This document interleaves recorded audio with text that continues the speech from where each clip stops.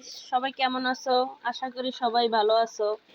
আজকে কিন্তু আমি রান্না করব কচুর ফুল। কচুর ফুল, কচুর এই জিনিসটা ফেলে দিবা, ঠিক আছে? না হলে কিন্তু গলা চুলকাবে, ঠিক আছে? কচুর ফুলগুলা ফোটা হলে ধুয়ে সুন্দর করে পরিষ্কার করে নেব কচুর ফুলগুলা। তারপরে চুলাতে প্যারাফিন বসাইয়ে পেঁয়াজ কুচি, আদা কুচি দিয়ে, রসুন কুচি দিয়ে, তেল দিয়ে দিব, লবণ দিয়ে দিব। পেঁয়াজগুলা হয়ে গেলে তারপরে দিয়ে দিব চিংড়ি মাছ বাটা। এই যে চিংড়ি মাছ বাটা। তারপরে একটু দিয়ে দিব হলুদের গুঁড়া। সব কিছু কষানো শেষ হলে দিয়ে দিব কচুর ফুলগুলা দিয়ে ভালো করে নেড়ে চেড়ে তারপরে ঢাকনা দিয়ে ঢেকে দিব।